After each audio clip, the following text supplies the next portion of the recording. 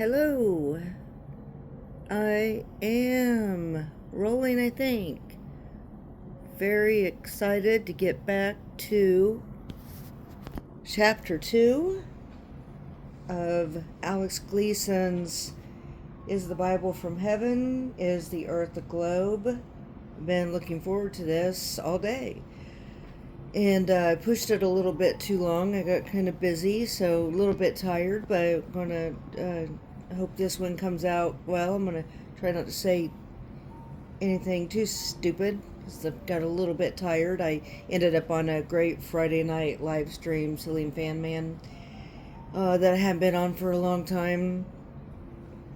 So I was enjoying that and pushed it a little bit longer. Anyway, I put on a little bit of Chopin in 432 hertz. Thought that might help. I've been sitting here waiting for this furnace to kick off before starting, but so it will in a minute. I noticed I could hear a little bit of sounds like that in before. So anyway, let me know what's annoying, what's not, what would be better. I just want people to enjoy the reading of the book. This book is just so good. I had to go back and even look through again some of the quotes. I mean, it's I don't know what it is about just reading it out loud or why it's just really firing for me right now. Trying to get some quotes like this one: as truth is no part of a lie, we may rest assured that the latter must sooner or later die, while the former is immortal. That was just from the preface that we've already read, and then I don't need to keep going back through them, but it's so quotable. There's like two or three places where I just went back. I mean, even the preface was just really excellent. I listened to it again just to get a real grasp on things, but I just would like your input, some feedback of what would be good. I, pop in a little commentary in here and there. I don't know if that is distracting but anyway, I'm just probably going to do whatever I'm going to do. As everybody knows, I'm can be a little hard to handle, right, Rex? When my hubby gets bored, he can listen to this anytime he misses me at work or driving and listen. Love him so much and grateful to God for him. Fuzzy is on my lap purring, so if you hear some vibrating, it's not me. And yeah, I said I wasn't going to say stupid things because I'm a little tired, but here I am already. Mostly I did not want to forget. I'm going to jump right into the reading, but I did not want to forget to say two things. Just pass this on to people and share it, because it's really about, is the Bible from heaven? To me, it's spread the good news, put it out there that this is a great book. I know there's a lot of people that heard of this book and want this book, have talked about it in some of the circles that I run in. And I mean, like, even if you're not interested in the globe part, in the second part of the book, even this first part, I just hope people will listen. But get it out there, because it's such a good book. It's not about me. It's just about the good word. It's just about our Savior. I think this book is a good outreach for. Thank you, Furnace. I think this book is a good outreach for anybody. If you're a skeptic, if you're a scoffer, if you just don't know, it can just. Boy, I am a little tired. I can't get my thoughts together. Just put it out there. Send it to your, because it's not like, ooh, I'm pushing it, promoting it for me. I've got 15 subscribers here. I'm not going to make any money. Put it out there, to unbelievers or people that need their faith strengthened. That for sure. We all get a little lukewarmy. Don't really want spat out of the Messiah's mouth. Push it out. Go ahead. Send it to people. Send it around. It's not about me. I renamed the channel Ruckus Reads to make it easy to say, hey, I got this channel. You can go, listen to this book. It's really all I plan on doing with the channel is reading some books right now is what I'm feeling real enthusiastic. I've thought about this for a long time, but never did it. The other thing that I was just going to say is I'm playing Chopin in the background at 432 hertz. The furnace is off now, so if that gets too loud, is overwhelming. That I think I already said. What was the second thing? Was not intending to do a lot of commentary. I just wanted to get right into it. Oh, I guess the second thing was just to thank people. Yeah, that was it. Already, there's like I barely put the word out about this, and just in my live stream, my friends online, they're real. I've even talked to some of them like in video chats and um, telephone calls and mail. Somebody, even Jen, sent me some things. Anyway, a little bit of that, but and some friends, people that I actually knew in the real world, and Facebook land, of course, are people there that I know the majority of in the real world since I took it down from about 5,000 people to a few hundred, especially when I couldn't get into, and maybe I should say this because a lot of people knew me as Ruckus in the YouTube streets, and and my YouTube is that, and I'm not on there anymore on Facebook as Ruckus Conover. I went on there through my husband's, and I had a lot of birthday wishes again from the summer, and I can't get in that account anymore. So if anybody wants to know my Facebook, I'm not sure I want to put my name out on here yet, but message me in there in the comments. I don't know. I'll think about that. This is really YouTube is the only place I really haven't put my full name. So I don't know. I'm just saying stuff. I don't know stuff. I'm just a girl in the world.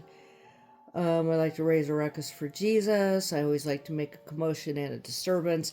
But anyway, those of you that might wonder why I'm not responding to you on the ruckus Conover anymore is because I lost that account an accident some weird way when they did that purge thing. You had to know your password, and I got married. My name was different, so my real name is Sabrina. Most of you know me in real life and know that, but we'll start there. But yeah, I'll pass it on, and let me know what you think and interact in the comments. I'm not going to do a whole lot of flat earth pushing right now. I'm just talking about part one is the Bible from heaven, but I've already gotten some questions about the flattish earth the way I see it. I'd love to start a little conversation about that. I just don't want to get overwhelmed where this is just a big flat earth battle and jokes, and it's not really about the Bible or believing or what the book is, it's saying. We'll get there. I mean, that's okay. We can do that too. But what was I going to say? It's, I keep getting myself sidetracked. This is why I don't even have a podcast and I just want to read. Uh, anyway, yeah, just, sometimes, improvising and just saying whatever is fine, and give the Holy Spirit a little room. Leave him a little room without a plan sometimes works. I think I've said far too much already. What was I going to say? Oh, yeah, that finishes the thought. Thank you, God, for bringing me back around. Just that if any, some comments in the page and in the community tab, perfect, great, good. Let's talk about it. I believe that we can come to faith through the understanding of where we live, through a stronger faith in the Bible, when we understand that it's a flat earth book and these kinds of things. So I'll say more about some of that later, and I'll give warning maybe if I just do a a little chat at the end of some of them that is about Effie. If people don't want to hear that, that's okay. Just be careful where you get your sources from, and about this whole. It's so much more complex and interesting than the opposition that's out there. So just don't get stopped up by that. But right now, we're just going to talk about is the Bible from heaven. Even if you are not a believer or you're a seeker or you're just trying to understand, that's why I'm doing this. So, in the mighty name of Jesus, let's just jump in and read. Like I said, I'll be a little commentary here and there, line upon line, precept upon precept. We'll just kind of see what pops, what flows. I'm feeling more encouraged and thankful and grateful after some of your comments, some of the people that have messaged me that saw it on Facebook, and or different friends that commented and texted and said, "Oh, listen, and that's great," and they don't all believe what I believe, and that's okay. It is not a salvation issue. You do not have to believe exactly as I believe. Some days I don't believe what I believe. So we are evolving, growing, learning. We're learning together. Let's just do that. So just feeling a lot more confident and more joyful and happy, carefree. If only one person ever hears this and loves that guy Jesus and learns about this Bible, then that's what it's all about, right? Okay, so we are jumping into chapter 2. I'm thinking this is going to be a fun chapter. So I don't know if commercials are going to pop up on my Chopin here. If it's good enough for Deb, it's good enough for me. If you know, you know. Let me know if anybody knew what that reference was. My mom might be learning that one. Let's see. I don't know if it's too loud, but anyway, it might put some good frequency through here. I don't even trust that, man. I'm so skeptic of everything. Even when I try to pull up a 432 hertz, and if you don't know what that means and you want to know, ask me. Message me, ask me, and I can explain it too. I want to get into the book and not get off on too many comments, but these are interesting topics, and I don't know the answers to all of it, but anyway, that 440 hertz, that music today that is tuned to that makes everybody angry.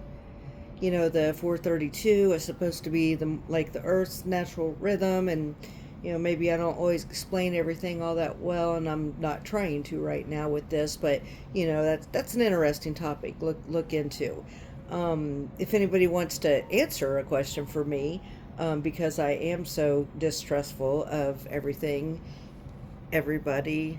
How can you not be with AI and the government hates me and all these things? But it's really hard to trust anybody or anything.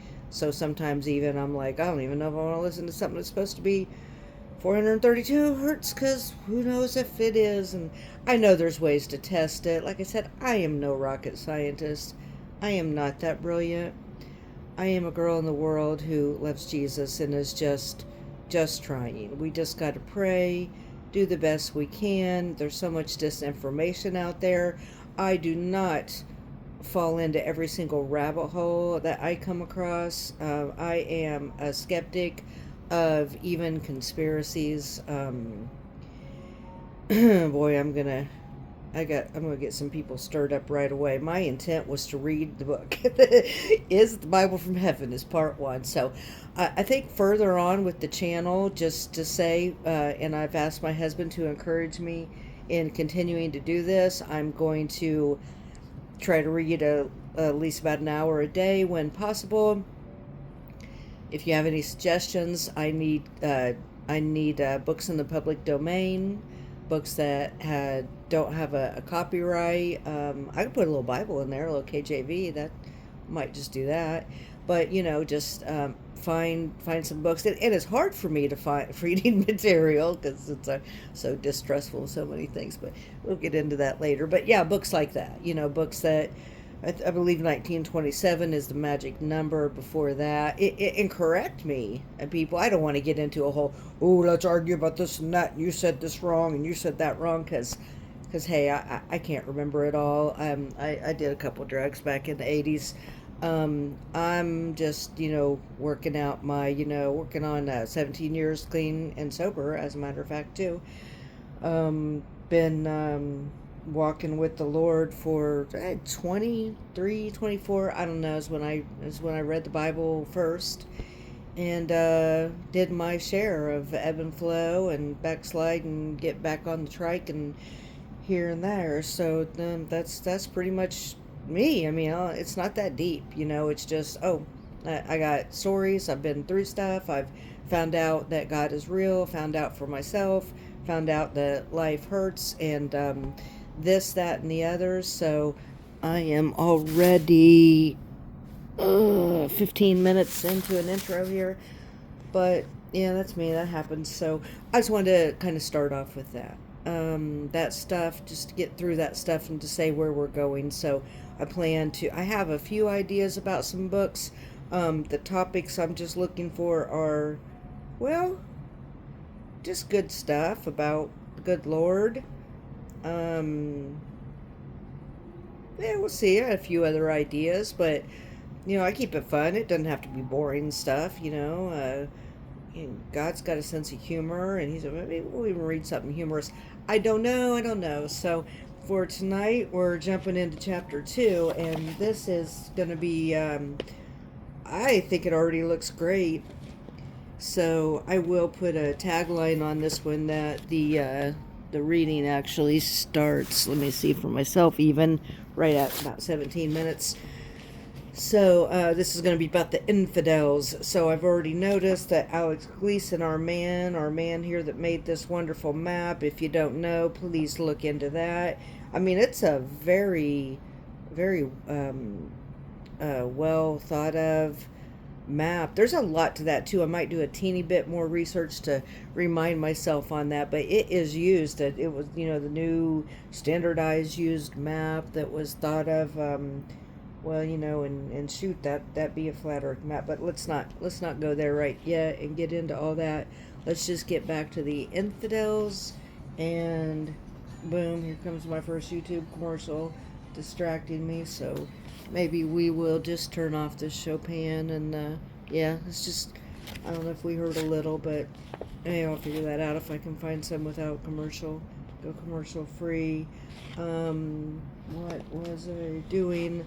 Infidels. The word infidels, he talks about, I should really look up the meaning. We'll see if I can figure it out. I do have a dictionary down here, a real super old one, a Webster's, that I can't get to right now because I got this 16-pound monstrosity cat laying on my lap. But I believe infidels is something along the lines of a scoffer. I think we'll be able to figure it out by context. I barely glanced ahead. Bit of a cold reading. Not quite cold, since I read it a year and a half ago, about 10 pages of it, but we're coming up on where I had stopped. So let's jump right into Alex Gleason's Is the Bible from Heaven? Is the Earth a Globe? At minute 19, coming 1838. Chapter 2. Infidels in the Bible. Infidels have attacked Christianity, but in the heater will shut off here in a second. It sounds quite a bit better. I don't know, maybe I'll find a different spot to read. Fuzzy seems to like this one. Infidels have attacked Christianity, but anything may be attacked. They have slandered her doctrines, ridiculed her word, reviled her precepts, hated her holiness, and influenced many to go and do likewise.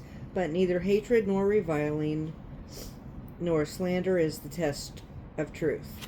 Oh, I was going to say how many pages it is tonight before we start. I believe it was 18. Chapter 2 starts on 28. Have infidels ever resorted to the only fair and honest mode of meeting face to face the whole array of testimony which Christians advance by endeavoring coolly to prove, as matter of historical evidence, that the authenticity of the New Testament and the credibility of its history are not sustained, that the miracles of Jesus have not been supported with adequate testimony, that the prophecies of the Scriptures have met their attestation in no accurate histories, that Christianity was propagated by human force alone, and its fruits are those of a corrupt and deceitful tree? I answer no. There are such efforts in the books of infidelity.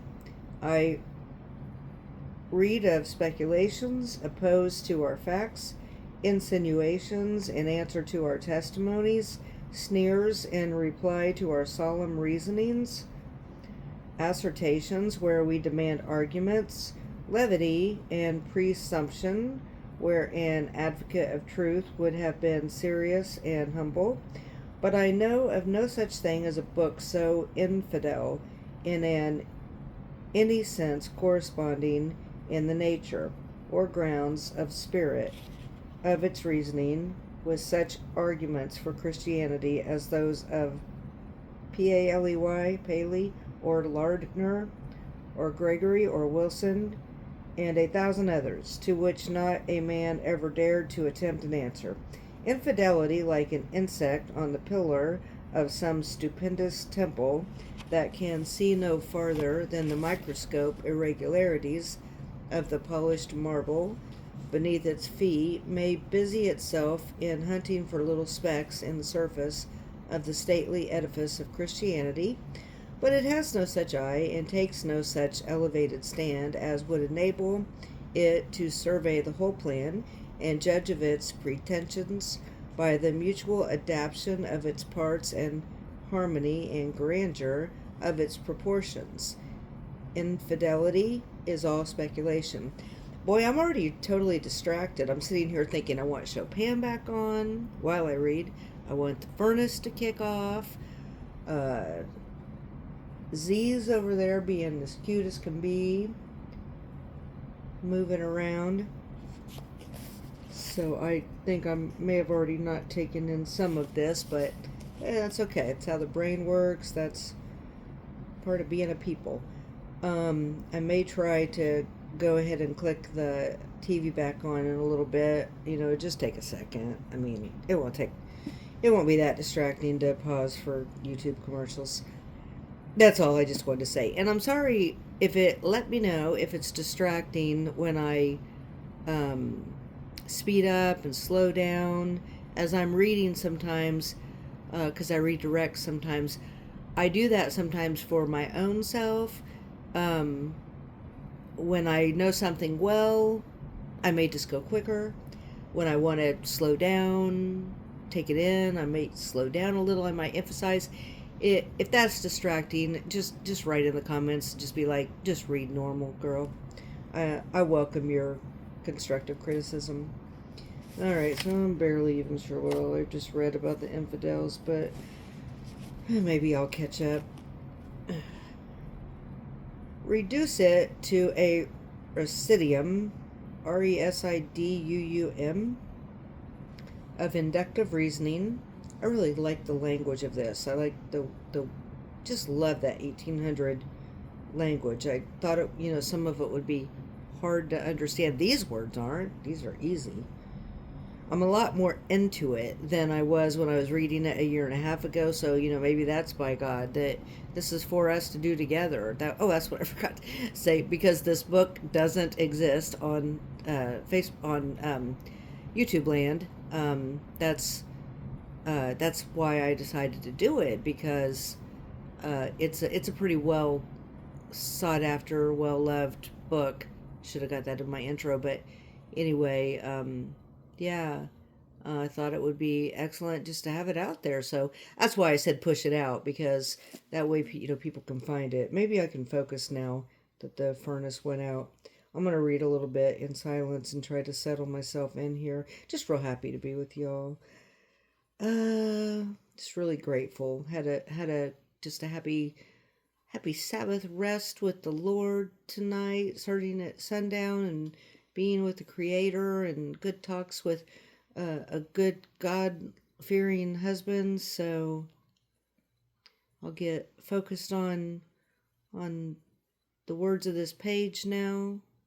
I think the furnace was just driving me nuts, so maybe I'll just dress up warmer and turn that down when I'm reading or move somewhere. We'll get the bugs worked out here and we'll just hopefully have fun along the way. Okay, infidelity is all speculation. Reduce it to residuum, Residuum.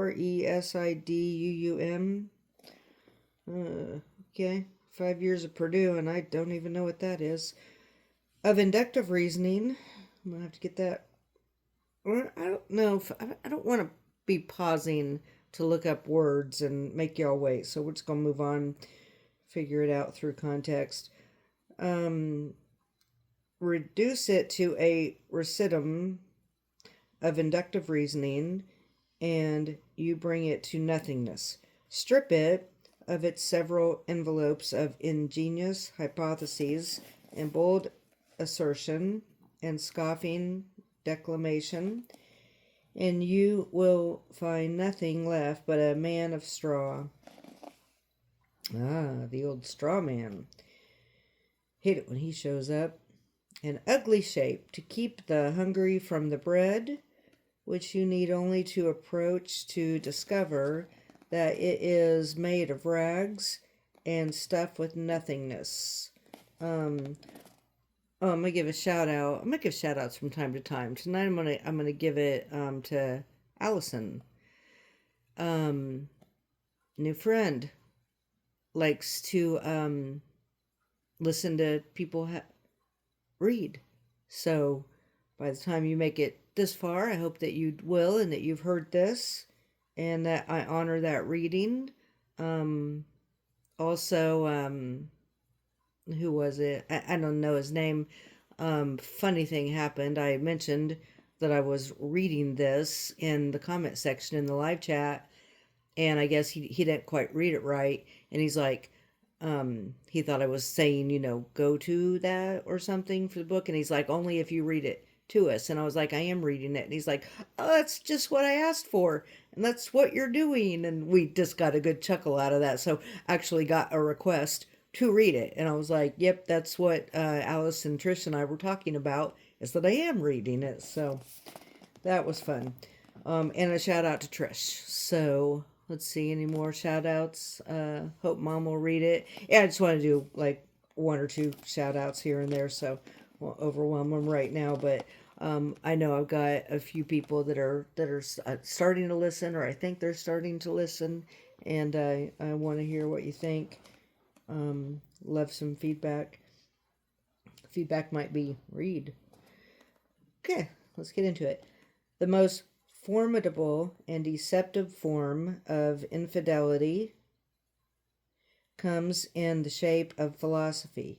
Not that true philosophy or science opposes the Bible, but that men hide their infidelity behind sciences, and men that know but little of science or the Bible talk as learnedly of the absurdities and incongruities of the Bible as though they had committed it to memory, and speak as fluently of science as they do ordain the laws that keep the planets in their courses.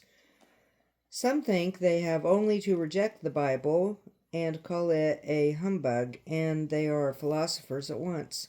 That skepticism, what is that? Skepticism? Skepticism? That must be of the flying spaghetti monster, skepticism. Skepticism is an evidence of a great mind. I got a lot of that. I don't know if I had a great mind, but I got a lot of skepticism. Took me a long time to come to the Father because of my skepticism and to come to the Messiah. Let's see. Wrestled with the Most High a lot about that. So, yeah. How about you all? What's your experience? Okay, so that skepticism is an advantage of is a great evidence of a great mind, and that there is no surer proof of intellectual superiority than to treat all religion as a mere fable, fit only for the amusement of women and children. Hence come the groundless assertions concerning the Bible. This is going to be so good. I'm already feeling like, boom, I could say so much about the Bible right now.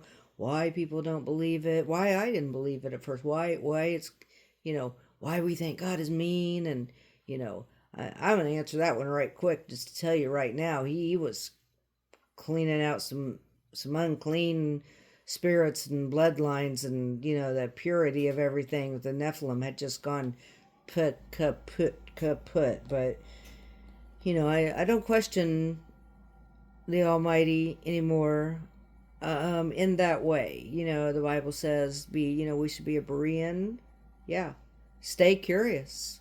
But there are some things, if I just can't figure out why, it's just because he knows better. His ways are higher than my ways, and I'm just going to go with that. I definitely continue to question and learn so I can, give a good defense for my faith, honor him better, to spend time. I'm a child, he wants to teach me. But that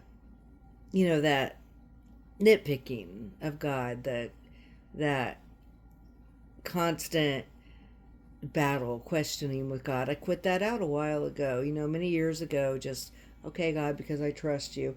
And there is a lot of relief in that. And that is not like a just silly, just, oh, give up, roll over, just whatever. No, you can really study.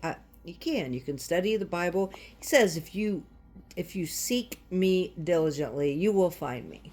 I'm on one tonight. Okay, let's just read. I said I'd read. Let's read. I don't know what you guys want. I don't know if you want much jibber jabber or reading, but I've never done this before, like I said, so seeing where it goes, I guess I'm talkative tonight. Okay. These things are regarded as an evidence of having arisen above the common herd of mankind and outgrown their superstition. Well, look at you all here being skeptical and being arisen above the common herd of mankind. Good for you. Would-be philosophers feel a kind of pride in plunging into the whirlpool of infidelity, while many great minds tremble even to approach its brink. Many flatter themselves that they are friends. Oh my goodness. Okay, I'm going to totally focus. Many flatter themselves that they are fiends, who someday will be astonished to learn that they are only fools. Canwright in Bible from Heaven, page 284. I gotta look that up. I don't know that one. Canwright. Canright. Canwright in Bible from Heaven. Thought I knew them all. That's what I get for thinking. Every little fledgling, which has scarcely left its nest or the care of its mother, hastens through the spelling book and primary reader, and then sets up for an oracle. Discourses and learnedly of spirit matter. That's just every once in a while, just checking that the phone's still recording. Every little fledgling which has scarcely left its nest, isn't that a cute little vision, or the care of its mother, hastens through the spelling book and primary reader, and then sets up for an oracle. Discourses learnedly of spirit and matter, of the physical and moral worlds, and the eternal and unbending laws of nature, the mysteries of time and space, the wonderful revelations of animal and spiritual magnetism, of the infinite and invisible, and deals with the profoundest questions of divine truth with more ease and familiarity, and not half the reference of a Jesus or a Paul. He speaks as though he had sounded all the depths of knowledge with an air of unquestionable authority. He talks of things known and unknown, mostly of the latter. I like this guy. He uses borrowed formulas of speech, words of prodigious length, and thundering sounds. He rises up into what he calls the spiritual view of all subjects. He expands and becomes more and more transparent till the inflation is so great as to end in the usual results of the law of expansions. Or he passes off out of sight into infinite fogdom, like the comet that became entangled among the moons of Jupiter, never regains his orbit again, which perhaps is little cause for regret. The comet is scarcely needed to light up our evening skies, and its presence will not be missed, while the fixed stars continue to shine on in their everlasting beauty. Now we are ready to say that we have no reverence whatever for the kind of philosophers, nor for their philosophy. It is a broad burlesque upon the name. It does not come down into the earnest and solemn realities of life, and speak of our individual and social duties, relations, and responsibilities.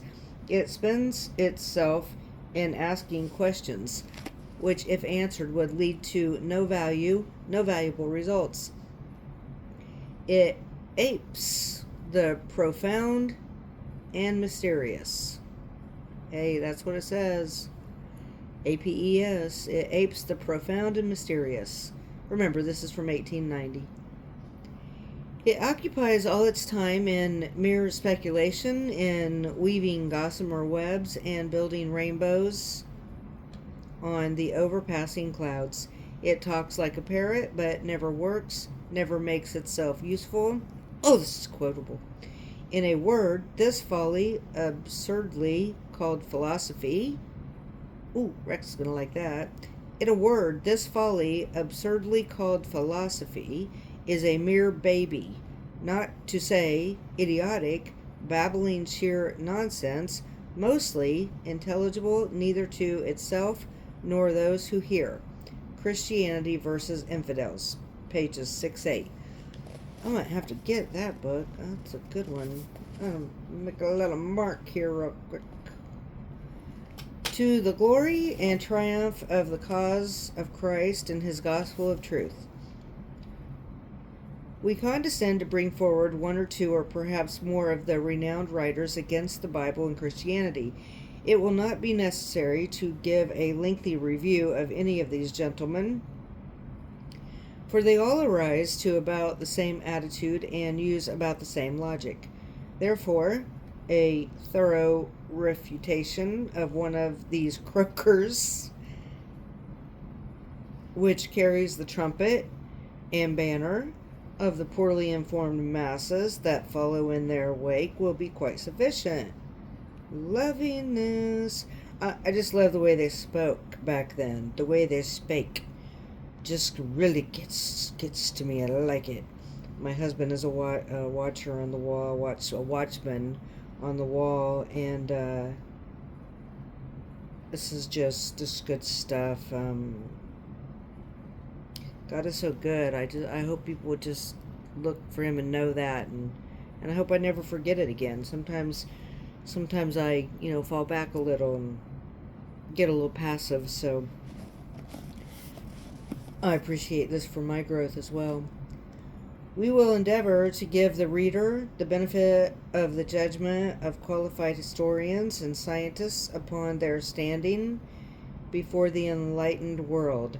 Among the modern historians of continental Europe, Voltaire is the most widely known. His writings show great literary skill. With the power of quick but not very deep penetration, his pen is often guided by a humane and enlightened philosophy, but it is as often misled by strong partialities. He exhibits to an undue extent his systematic hostility against established opinions and forms of society, in which he does not scruple to employ the arts of misrepresentation.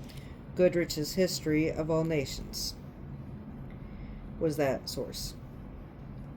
Perhaps it is but justice, and therefore due to the apostle of European infidelity and his American admirers, to give a short biographical and yet synoptical description of the accompanying character. The record which we here give sketches of will be found in Encyclopedia Americana article Voltaire. His influence was felt throughout Europe, and never did a man by the force of his writings obtain such power over his nation. Well, he's a good-looking chap, drawn here, so might take a picture and put it in the community tab in a post. But Voltaire, got the long curly hair, you know. So I'll just describe him for you since you can't see him. Well-dressed chap, got the lines in the forehead and got some very pronounced eyebrows. Kind eyes. Nice lines around where he's probably smiled a lot. Good strong mouth, lips, like he has something to deliver. And, of course, the noble nose. There you have it. That's my description. His father wished to see him. Voltaire was born at Châtenay, near Paris, February 20, 1694. His father wished to see him a lawyer and advocate, but his love of literature and general study did not allow him long to devote himself to the law. He wrote poetry continually and cultivated his talents in the company of men of much accomplishment and wit, but of little principle, such as Schule. You guys are gonna really make fun of me. I trash words. Chaulieu, the Marquis de la Fère, Marshal Villars, Villars, the Grand Prior of Vendôme, the Prince of Conti, and others. Okay, come on now. This book got me in another language. He caught the tone of polished society which distinguishes his writings and which greatly contributed to his influence. His father was displeased with his mode of life and entreated the Marquis of Chanteneuf, French minister to Holland, to take the young Voltaire with him as a page. He consented, but Voltaire fell in love with the daughter of Madame Noyer, Noyer, a refugee in Holland, and was therefore sent back to his family. In 1716, he was imprisoned in the Bastille on the charge of having written a satire against the government. The government, that is spelled, I spell it Gubberment. Government. The government loves you. It's here to help. Is that the government at the door? I better hide. He remained a year and a half, and in this situation planned a poem upon the leak, the result of which was the Henriade. He likewise improved the tragedy Oedipus. There are probably going to be things here that any, smart person would know that I'm not going to know, so just get over it.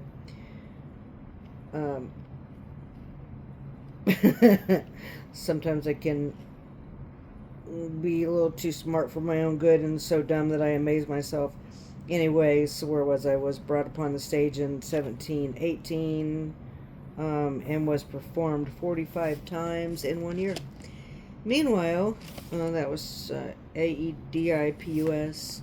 Meanwhile, the poet had been released from prison, and consequence of the real author of the satire having disclosed himself, but had been banished from Paris. That's interesting little information there. In 1726, Voltaire was again imprisoned, and at the age of 32 in the Bastille, he had offered a Chevalier de Rohan, a proud young nobleman who in consequence, caused him to be beaten by his servant. Voltaire now learned to fence and challenged the Chevalier, whose relations thereupon procured an order for his imprisonment. At the end of 6 months, he was released at the intercession of the Marchioness de Pré, the favorite of the regent, who admired his poetical talents, but he was compelled to leave the kingdom. In 1728, he was permitted to return to France, where he put his effects into a lottery. By this, as well as by other fortunate speculations, he traded under the name Du Moulin, Molin, and sent ships to Africa. He obtained great wealth, so that after he came into the possession of the estates of his father, his income amounted to nearly 130,000 livres, which he employed in a praiseworthy manner. He particularly aided youthful literary talent. In 1730, he brought the tragedy of Brutus on the stage. He afterwards attacked the pretensions of the church with such vehemence in his Letters Philosophiques that the Parliament of Paris condemned the book to be burnt. Gotta be a good one if it needed burnt. And an order was issued for the arrest of the author. Even better. He thereupon passed some years in concealment. He soon returned to his poetry and wrote in 1736 the Alzire and in 1741 his Mohammed. To the clergy he was particularly hostile on account of their intolerance and persecuting spirit. But he often injured the cause of religion itself while he attacked its servants. The motives, moreover, were not always of the highest kind. Inasmuch as ye have done it unto one of the last of these my servants, ye have done it unto me. That was Christ, by the way. At the advanced age, February 1778, he returned once more to Paris. He found admirers and bitter enemies. He was sensible of the dislike entertained towards him, and therefore, when stopped by the officers of the customs with the inquiry if he had any contraband goods with him, he replied, No, there is nothing contraband here but myself. Another good quote. That would make a good t-shirt. There is nothing contraband here but myself. The inquiry of the king on his arrival as to the decree of Parliament being still in force against him made him uneasy, but nothing further was done to molest him. Ooh, that's good. The actors waited on him in a body. We have come, said they, to beseech you to inspire us with your odes. I live only for you and through you, was his answer. I have come to Paris to find my glory and my grave, a proof that he considered his dramas as his chief productions of life, and in truth dramatic works were his labors. I'm going to blow this candle out. It's supposed to be a quality one, but I'm feeling something in my throat.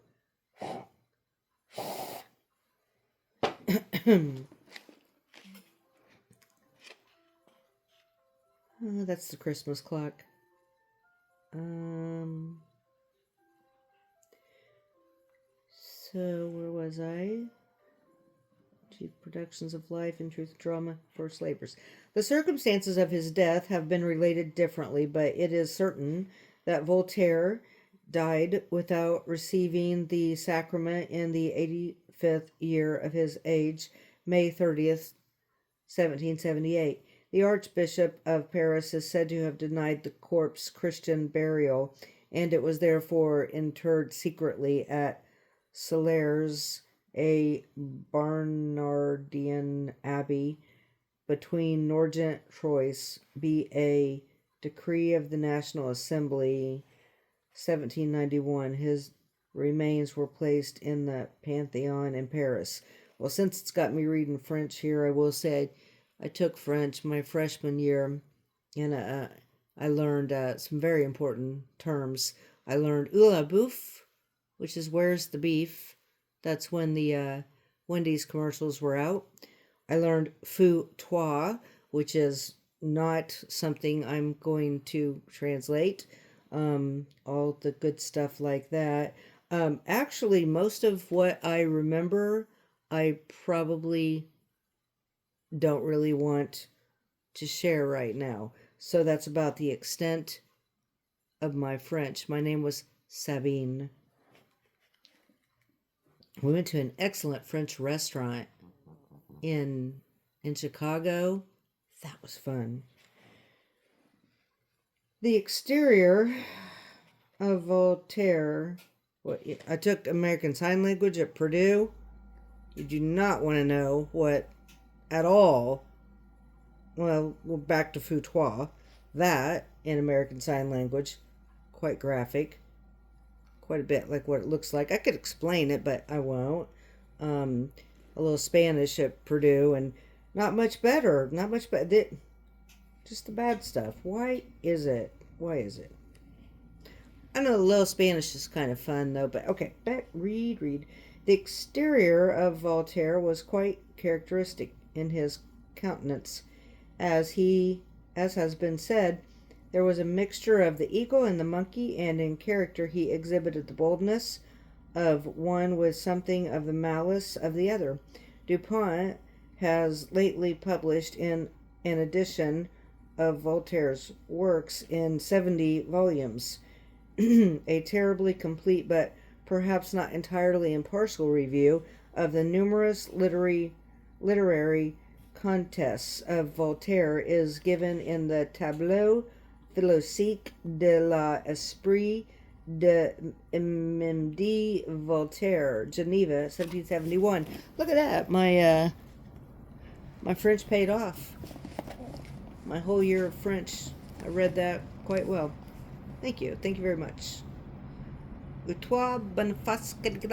don't know. I think I just threw in some Italian, and I have no idea what I just said. I'm going to stop there, even though when I do that, Rex laughs his butt off, but I'm not going to do it on here because who knows what direction it could go.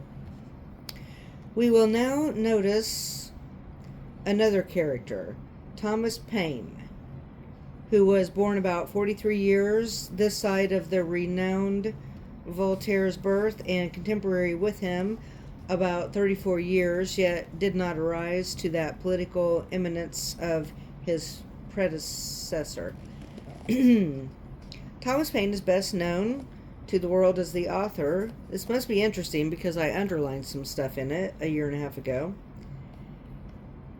We got 5 more pages left of where I think I was at.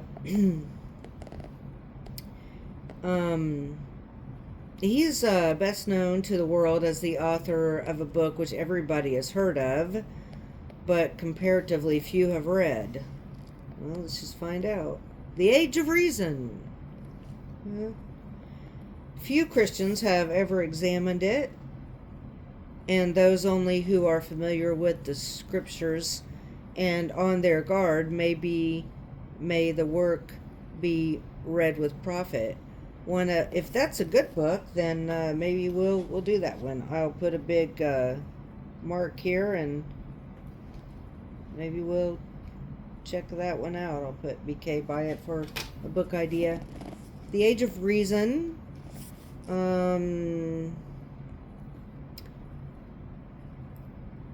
One of Paine's biographical writers, Hugh O. Pentecost, who seems to be announcing Paine's publication as his prime object, says The Age of Reason is almost universally believed to be a book mainly directed against the Bible and the Christian religion, but it was written not for the purpose primarily of destroying Christianity, but to stem the tide of atheism in France that swept over it in the unhappy days of the Revolution. Might be fun to read something like that.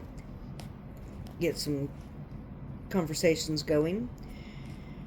We wish to do no man injustice by even quoting encyclopedias. Well, maybe we shouldn't. I don't know. Maybe I should just read and quit thinking. But as we have Mr. Payne's work before us, we will give a few words of his words as well. Oh, I do remember some stuff about Age of Reason. That's not good. As we find them, and let the readers judge for themselves. Yet it may be a question in the minds of some honest investigators, which is doing the greatest amount of harm. The openly and avowed infidelity or avowed Christianity, falsely so called, which teaches anything but the unadulterated truth, but to return. I do not believe in the creed. Let's read him, silly. I do not believe in the creed professed by the Jewish church, by the Roman church, by the Greek church, by the Turkish church, by the Protestant church, nor by any church that I know of. My own mind is my own church. Page 5, Age of Reason. My own mind is my own church. Yeah. The worship of self is doubt. Maybe we should read this one just for fun. The worship, I don't have a voice for this yet.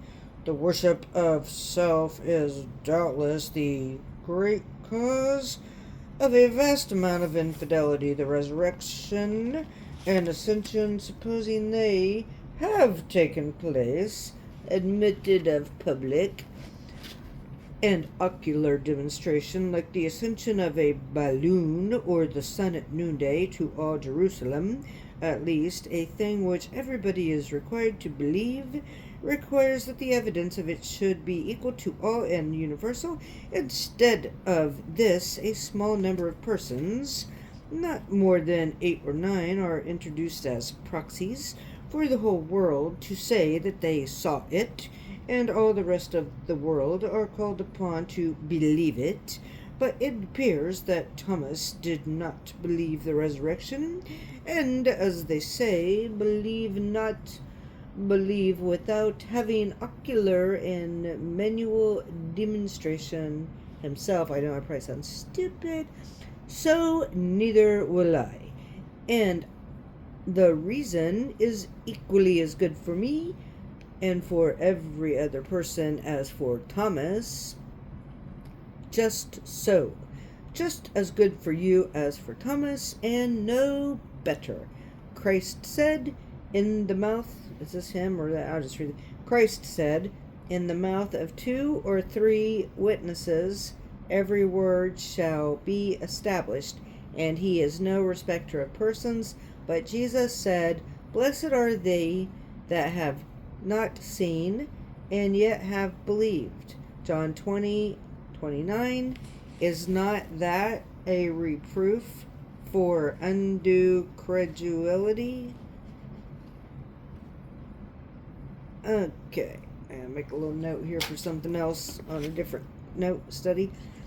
Okay, Reverend L.A. Lambert and R.G. Ingersoll in Notes on Inner Soul by Reverend L.A. Lambert. As the mass of the prime objections raised against the Bible and Christianity are covered in the comments of Reverend L. Lambert's notes, we will let a few sketches from his notes suffice. I'm going to like this, I think, because I really like when people try to talk against the Bible. I find it amusing. It usually makes me double down. It makes me dig in. Makes me say, there's been times that, somebody said, well, this is why this couldn't be true. This carbon dating of this, and, the Bible just goes, oh boy, I could really get going on this one, but I might save that topic for another time and not to interrupt too much, or maybe put more commentary like that at the end after the reading. But, there is a lot that can be said about that proves the Bible's not true. I used to be one of those, was a skeptic. And even after I was saved, even after I was born again, I started Oh, I had a really great year with the Bible, a couple of years, and then I started to have some problems with the paper Bible, and went through all that different stuff. It's okay. It helped me be more well-rounded. Let me hear your experiences.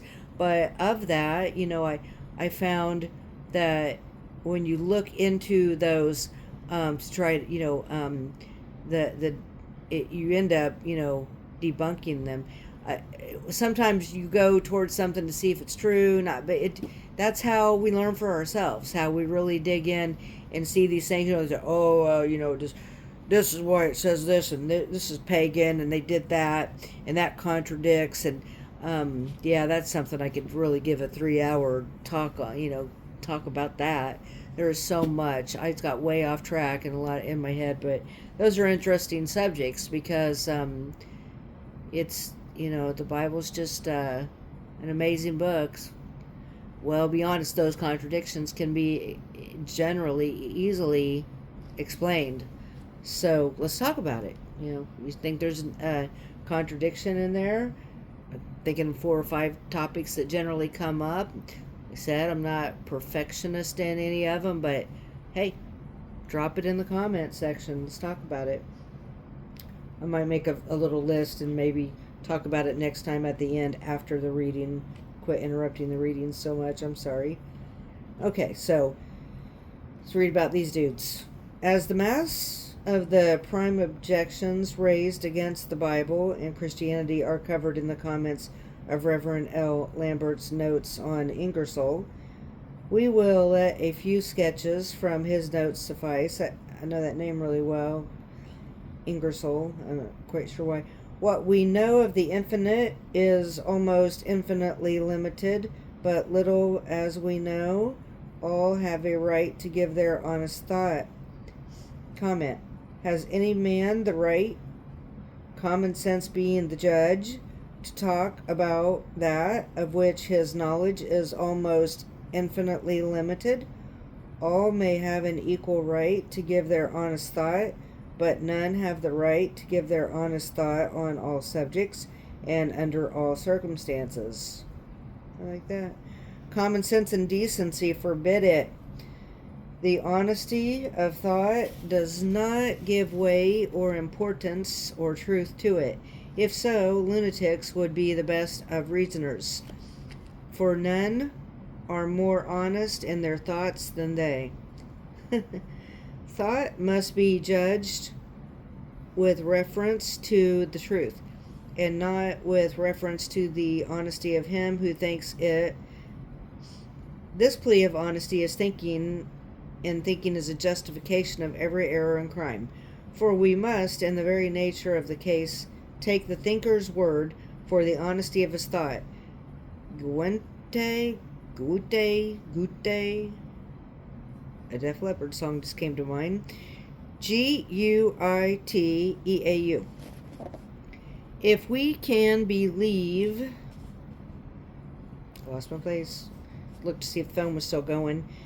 If we can believe him expressed his honest thought by means of an English bulldog revolver, and if your theory be true, he had a right to do it. The right to give an honest thought implies the right to realize that thought in action and habit.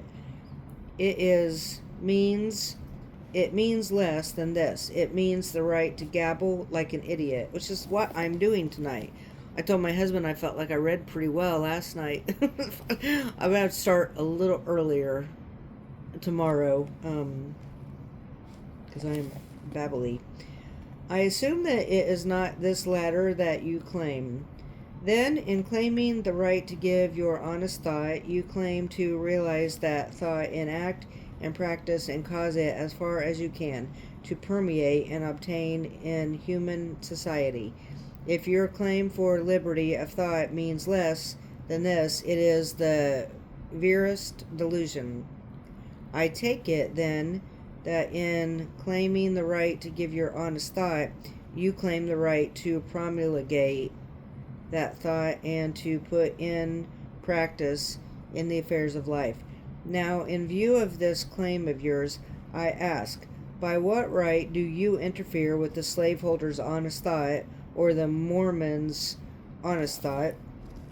Don't get me started on Mormons.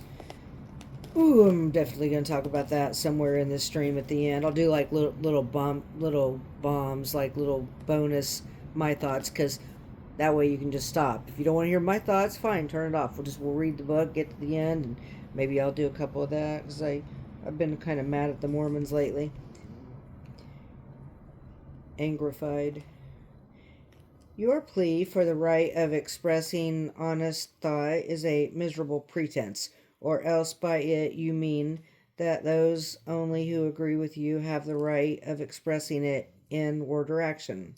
The doctrines of your loquacious liberals, when analyzed, will be found to mean precisely this and nothing more. Page 3536, Notes on Ingersoll. Logic is not satisfied with assertion. Comment. Then it is not satisfied with your assertions in reference to it, but you are evidently ignorant of what logic means. Logic as a science deals with principles, not assertions. The logic as an art deals with assertions only. Fuzzy's starting to snore. Assertions are the subject matter on which it acts. It simply deduces conclusions from assertions or propositions called premises, and cares not whether these premises are true or false. Hence, the very reverse of what you say is true. Logic is satisfied with assertions and knows. Is she snoring? Logic is satisfied with assertions and knows and deals with nothing else. Your blunder arose from your confounding reason with logic. Ingersoll. In the world of science, a fact is a legal tender. Comment. Then, before you can assert a legal tender, you must demonstrate a fact. A fact must be established as such before its legal tender. Now, the question between you and the Christian is this: what are the facts? The whole controversy rests on this question. She's cracking me up. What you offer as facts, the Christian may reject as fallacies. And Fuzzy. Has anybody ever heard Jesse sing fallacies? If you know, you know. I'm not going to say it. Fallacies, fallacies. Okay, that's the extent of my singing. I may do one or two. I may do Jesus was a gentleman and Screamo. May do that one for you later. What you... Oh, listen. If I were to sing some Screamo, Jesus was a gentleman right now, she would no longer snore. What you offer as facts... Okay, the whole controversy rests on this question. What you offer as facts, the Christian may reject as fallacies and sophistries. And what he offers as facts, you may reject. It follows, therefore, that until both parties agree as to what are the facts, they cannot agree as to what is legal tender. What you intended then as a wise saying has no practical sense in it. But for those who like that sort of thing, it is about the sort of thing they will like. I like it. I like it. Ingersoll, a fact is a legal tender. Comment, a counterfeit is a fact. Is it legal tender? Oh, no. Well, then, a fact is not a legal tender until it is known to be a fact. What is a legal tender? It is a promise to pay, which may not be worth 10 cents on the dollar, but which the law compels you to accept when offered. Is this your idea of what facts are? And do you intend the facts offered by you to be received in that light? If so, perhaps you are right. Ingersoll. Assertions and miracles are based on spurious coins. Let's see how many pages we got left here. Oh, okay. We are close. We've only got about 4. We're still rolling. We're at an hour, 9 minutes, so we good. Oh, I woke Fuzzy up, and she was starting to run in her dream there a little bit. Sorry, babe. If this be true, then the assertion you have just made is based on spurious coin. You say assertions are base and spurious. Is it, she's looking around like, what happened? Why am I awake? I was riding a bike. Is it because they are assertions or because they are false? If all assertions are base and spurious, we cannot believe anything, whatever, that is asserted, simply because it is asserted. I assert that 2 and 2 make 4. That is an assertion. Is it false? Now she's licking my hand. I'm just saying that so that if you hear weird noises, you don't think I'm doing something weird. It's her. It's always them. I mean, all three of these cats have disrupted my readings in one way or another. Remember last night, one of them scared the something out of me that I made up a new word. That was Wuzzy. Z distracted me. They've all just done stuff. Okay, so Wuzzy kept meowing. I assert that 2 and 2 make 4. This is an assertion. Is it false? It must be. It must be if what you say is true. From this, it appears that you again failed to say what you meant. Well, I'd never do a thing like that. Me. For you will certainly admit that some assertions, I've not been drinking. Not for 17 years. Come February. By the grace of God. Go I. Your own, for instance. Perhaps you meant to say that false assertions are based and spurious. If so, this is on par with your legal tender sophism, and involves the same amount of meaningless verbiage. The truth or fallacy of, I cannot say the word fallacy now without thinking about Jesse. Anybody know what I'm talking about? I'm not going to say. The truth or fallacy of an assertion must be established before you can assert it be base and spurious. But the truth or fallacy of an assertion is the question now in debate. Let me illustrate. I make the assertion that the Christian religion is of divine origin. You will observe that the truth or fallacy of this assertion is the point, debate, and assert either one or the other without proof is to beg the question. This you do when you assert that assertions are base and spurious, but perhaps I have misunderstood you all the time. You probably think that all the assertions favoring Christianity are base and spurious, while those against it have the true ring. If you mean this, you should have had the courage of the soul to say it, and not to hide your insinuation under a meaningless commonplace phrase. I notice you are fond of making curt little maxims, which on examination mean nothing unless when they cover a fallacy. Ingersoll. Miracles are base and spurious coins. Comment. That depends, and here I must make the same distinction I made in regard to assertions. If a miracle is a fact, it is not base or spurious. The devils have power to deceive some that dwell on the earth by the means of his miracles that he had the power to perform. See Revelations 13, 14 and 16. Chapter 13, verses 14 and 16. And chapter 14. Now the fallacy of a miracle is the point in debate. Until that point is settled, not by assertions but by the valid arguments, you cannot say that it is spurious. For when you make that assertion, you simply beg the question. A sign of conscious weakness, pages 54 through 57, notes on Ingersoll. By the way, that's spelled Ingersoll. We will ask the reader to follow these two contestants but a few pages as the issues before us, in one of which may have been misled in their conclusions as to the God of the Bible. This review covers in substance the viperous hissings of all who have heretofore brought forth what they have claimed the injustice of the God of the Bible. We will quote a sentence or two from Paine's Age of Reason, as it is of the same nature and refers to the points that Ingersoll's does. Pain.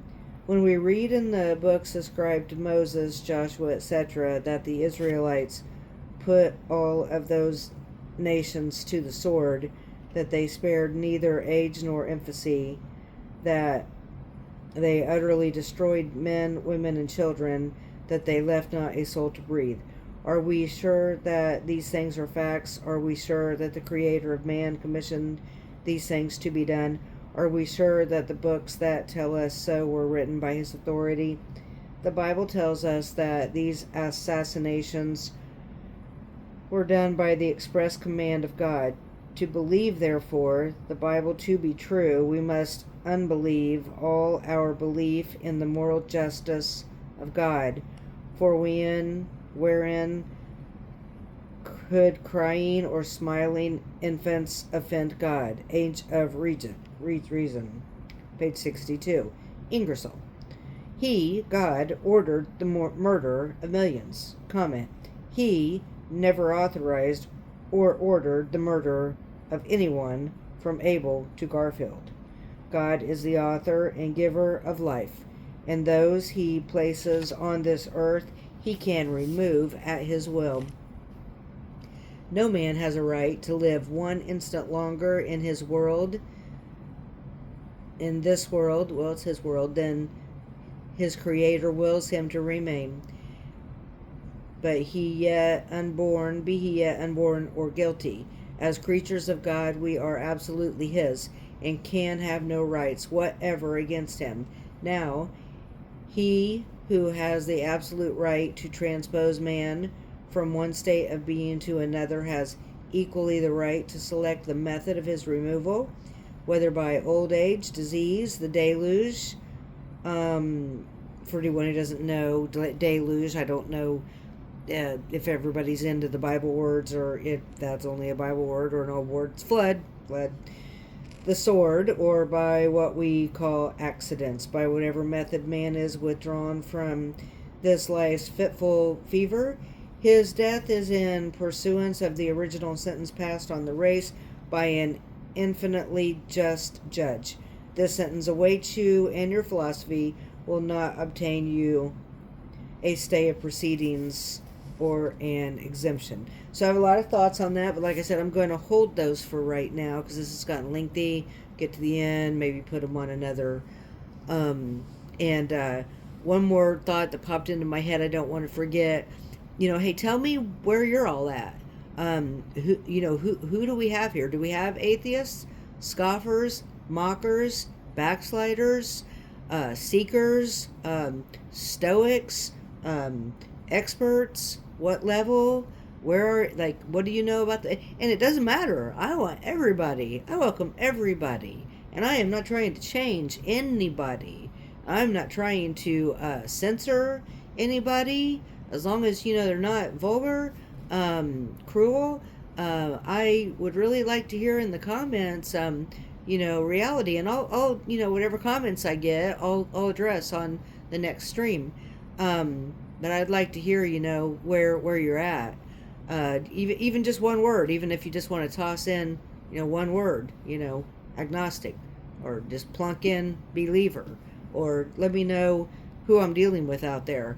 God's dealing with us all, wherever we are, wherever we're sliding away back and forth, coming home, just driving, where are you, man? I said man. Why did I say man? I never say that. I heard a dude that kept saying that on a show earlier. I think I got it in me. Okay.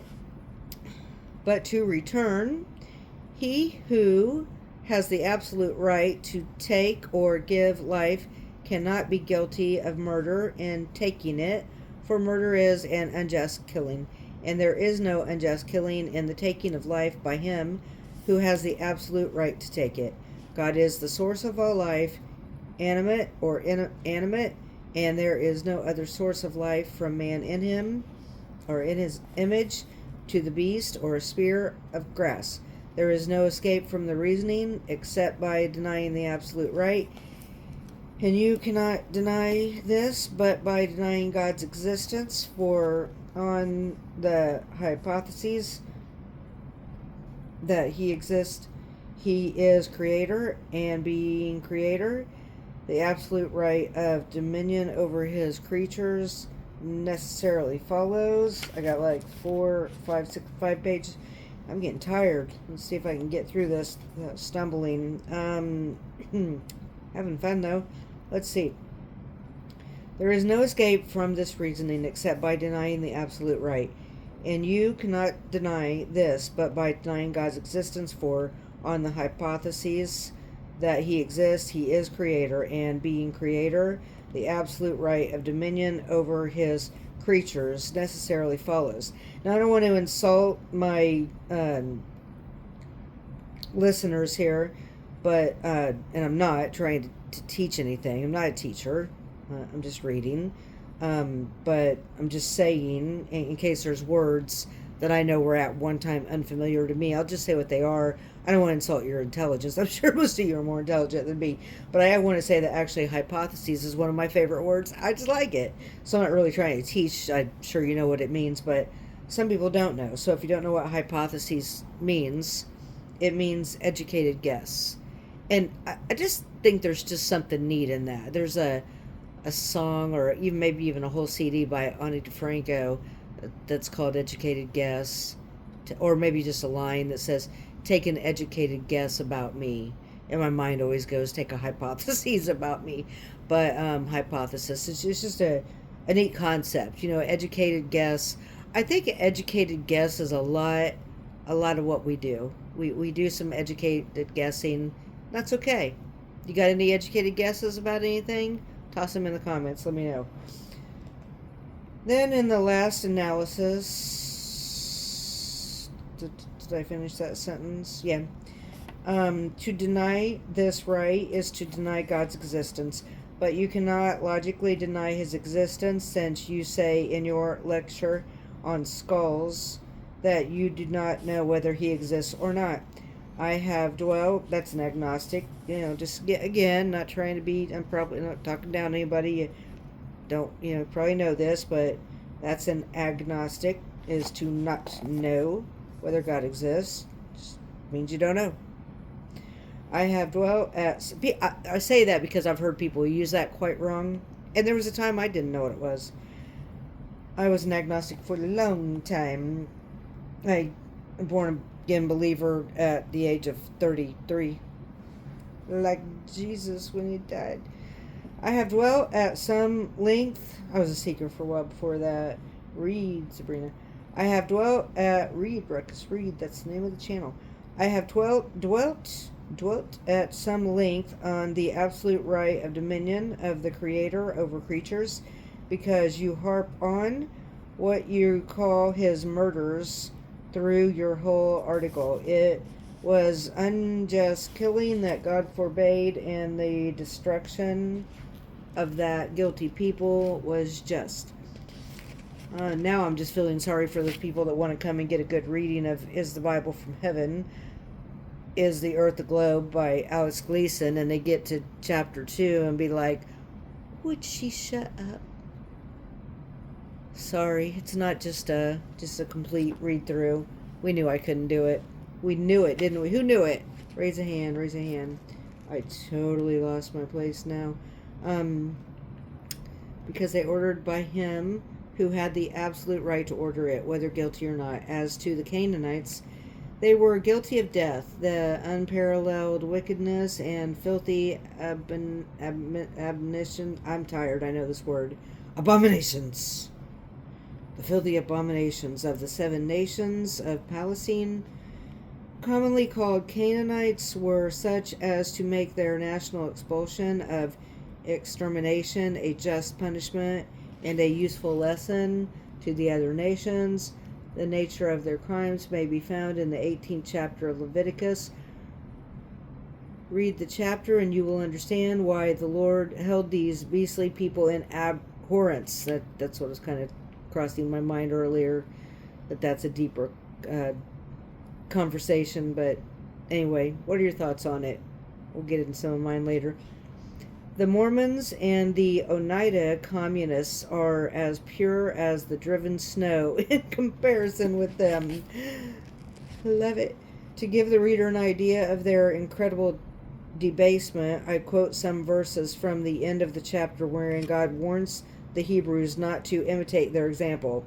Defile not yourselves with any of these things with which all the nations have been defiled, which I will cast out before you, and with which the land is defiled, the abominations of which I will visit, that it may vomit out its inhabitants. Keep ye my ordinances and judgments, and do not any of these abominations.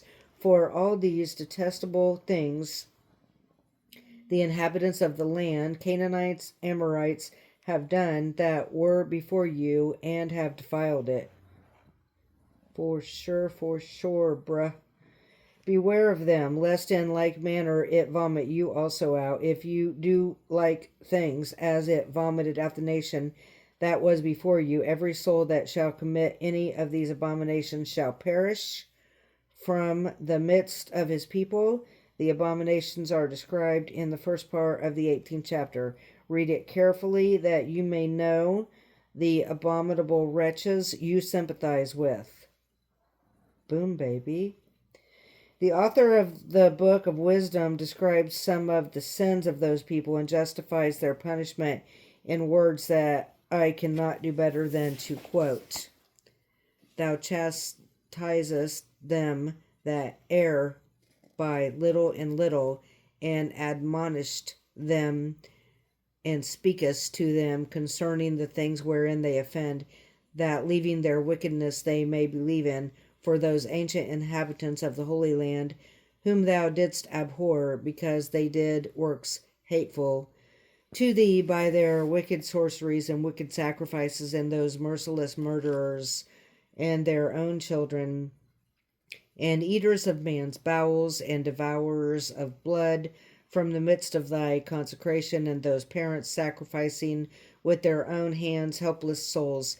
It was thy will to destroy by the hands of our parents. Yet even those thou sparedst as men, and did send wasps as forerunners of thy host to destroy them little by little.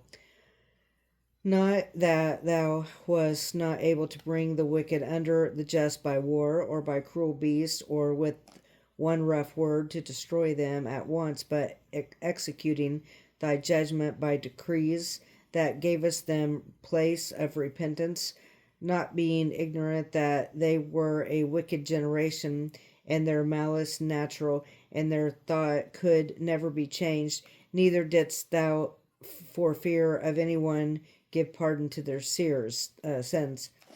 Seers? Okay.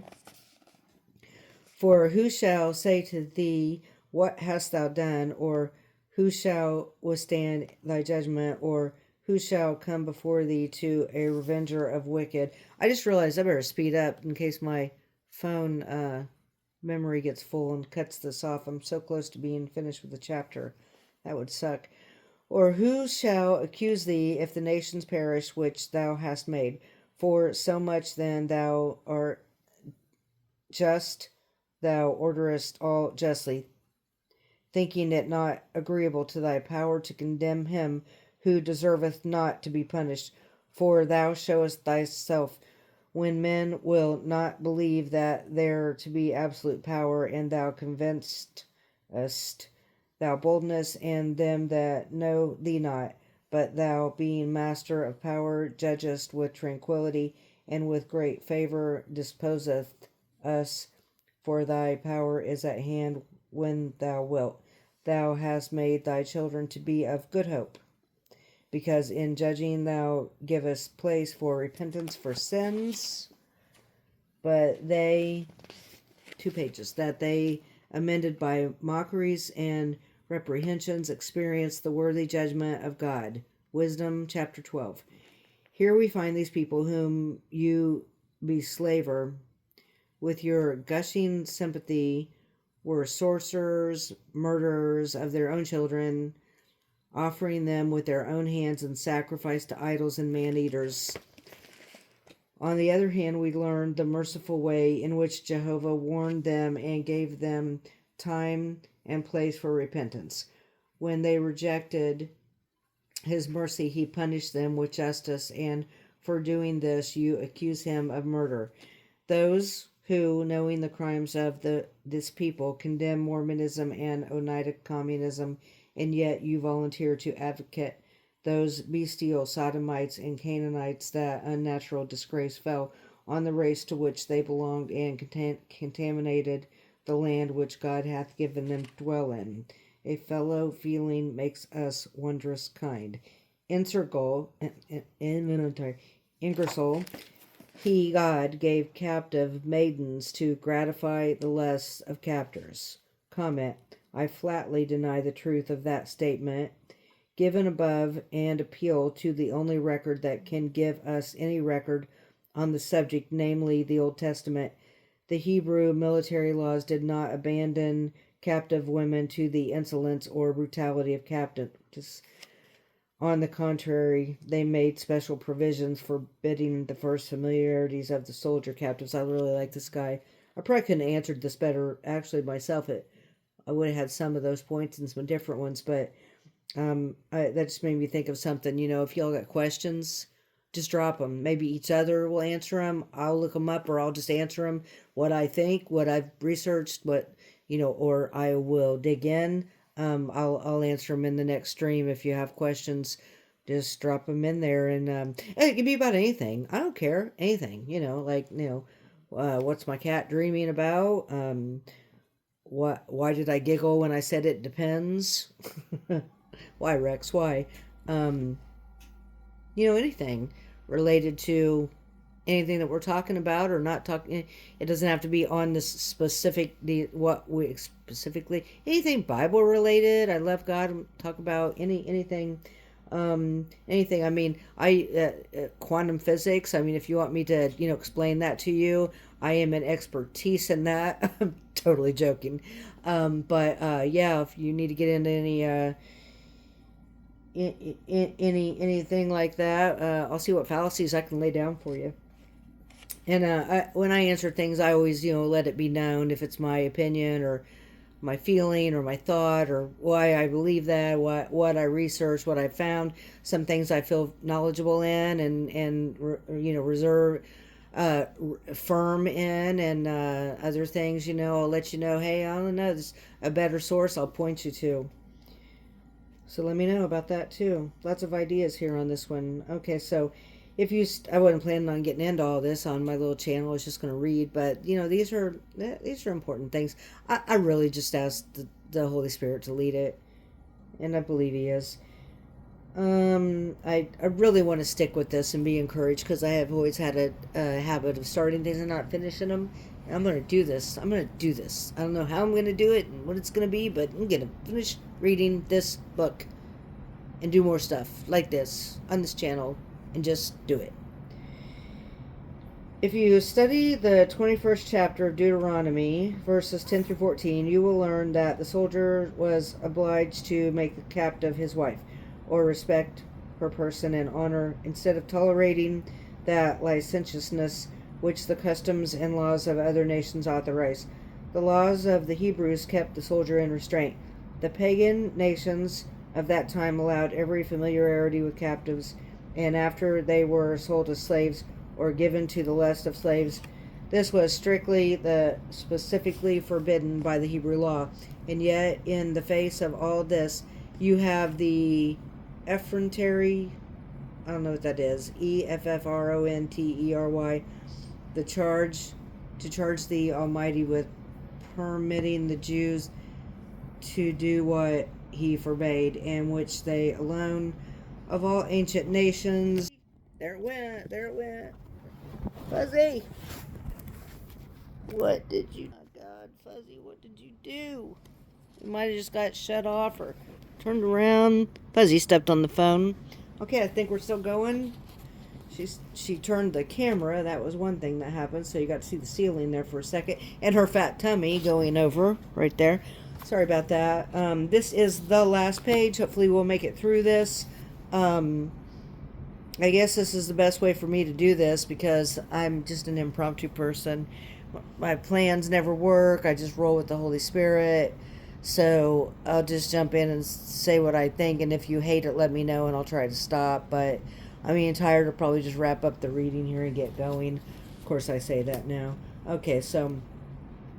And yet, in the face of all this, you have the effrontery to charge the Almighty with permitting the Jews to do that which he forbade and which they alone of all ancient nations prohibited by strict and specific laws. What will honest men of common sense think of a philosophy that has to be propped and bolstered up by such shameless misrepresentations of history? Ingersoll, he, God, sent abroad lying spirits to deceive his own prophets. Comment, I will give $100 to the poor of this village if you or any of your disciples will make good your statement. I am familiar with the texts in Kings and Ezekiel, which you probably imagine will bear you out, but if you carefully compare those texts with your statement, you will find that your zeal has ran away with your discretion, and that your hatred of your Maker is more intense than your love for truth.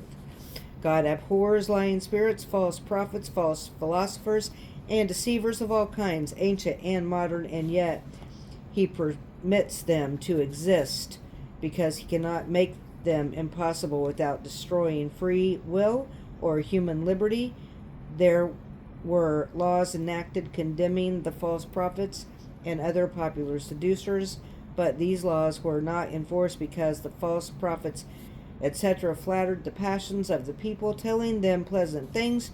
They were popular lecturers in their day, and they did not die without issue or childless. Reverend L.A. Lambert's notes on Ingersoll, pages 35-75, by permission of the copywriters. Wow, that was good.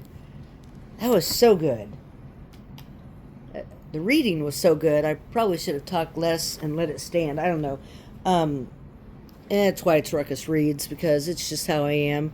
I can even hear a few of my friends in my head, like Nancy, saying, it was just I can't finish a thought or without going into 4 or 5 other sideline topics. But so if that's just really distracting, let me know. But it is kind of how my brain works, and I can tone it down and just read. I really can. I did the other night, but I feel we get a little bit more out of sometimes, just what comes to your mind, and leaving that room for Holy Spirit. Or it could just be a big mass of confusion that doesn't help me or anybody. Who knows? I don't care. But let me know what you think, and we'll shape the channel together. We'll build it together. We're only on like day 3, so Z is being absolutely adorable right now. Drop in the comments your pets, what they're doing, what their names are, stuff like that. I'd love to hear on the channel. This is kind of fun. I always kind of thought it might be sort of fun to have a channel, but I didn't know what the flip I would talk about. But now, being as old as I am and spend as many years, I know a couple things, probably enough to, they say the more I learn, the dumber I realize I am. So there's that. That's about all I got, folks. I think I gave you an earful tonight to drop in the comment or whatever. So maybe I'll go back through and make a little list and start that at the beginning next time, and we'll build it together. Or maybe you made it through. If you made it through, say I made it through. Who's here? Who lasted? Who liked it? Who hated it? Who wants something different? Maybe I'll do what you say. Maybe I won't. I'm going to shut this down and take a picture of Z right now and put it on Facebook, because she is just cute as can be. Rex put up some wonderful Christmas lights, got the tree up and stuff. Oh, I had to take a picture of that. He's got the lights strung up over my big barn picture that says God Bless America on it, which I love that so much, right over my puzzle table. So I'll get that on there. But okay, hope everybody's hanging in there, getting ready for the holiday. I know it is not a joyous time for everybody. I'm not going to say anything worthy after this point. So if you want to go, go. Probably say something stupid. It's about at that point. I just want to say that, you know, if you're hanging on by a thread, just keep hanging on. I know this can be a tough time of year for people. Life can be really rough. I have been through a lot of valleys. You know, maybe I'll talk about that sometime at the end, or maybe not in this reading of this or at the end. I don't know what I'm going to do with this little talks, or if anybody would care or pay attention, but we'll just kind of see. But my hope is just really that you're all okay, and if you're not, reach out. Reach out to me, reach out to somebody. It's okay to fall down, just don't stay down. That you just, I'm probably not going to shout off a lot of cliches right now. Tired, a little bit hungry and thirsty, but you know, I know people hurt. And it's just not an easy, just quick answer, like boom, here's how you don't.